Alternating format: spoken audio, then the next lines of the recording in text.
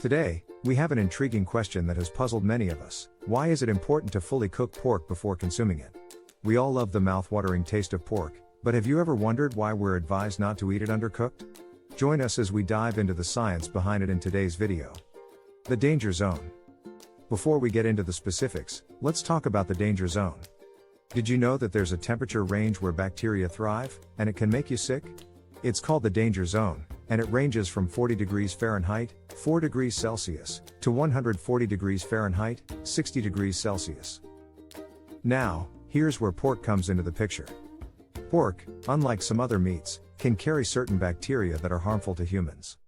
One such bacterium is called Salmonella. When pork is undercooked, these bacteria can survive and multiply within that danger zone temperature range, posing a significant risk to our health. The risks of undercooked pork. Eating undercooked pork can lead to various illnesses, and trust me, you don't want to experience them. One of the most common illnesses caused by undercooked pork is called trichinelosis. This infection is caused by a parasite called Trichinella spiralis, which resides in undercooked pork. Trichinelosis can cause severe symptoms such as fever, muscle pain, swelling, and even more serious complications. It's definitely not something you want to take lightly. How to safely cook pork. Now that we know the risks, let's talk about how to ensure the pork we consume is safe and delicious.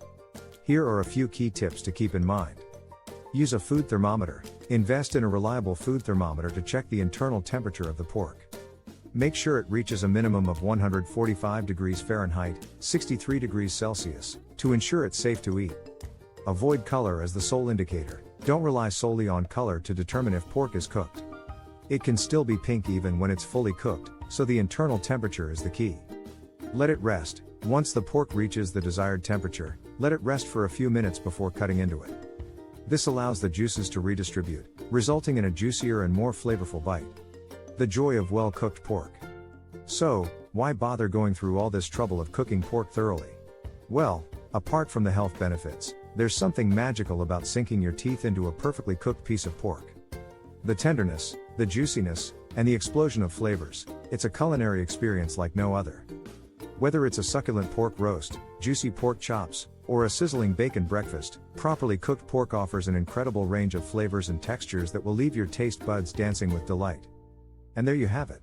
We've unraveled the mystery of why pork should never be undercooked.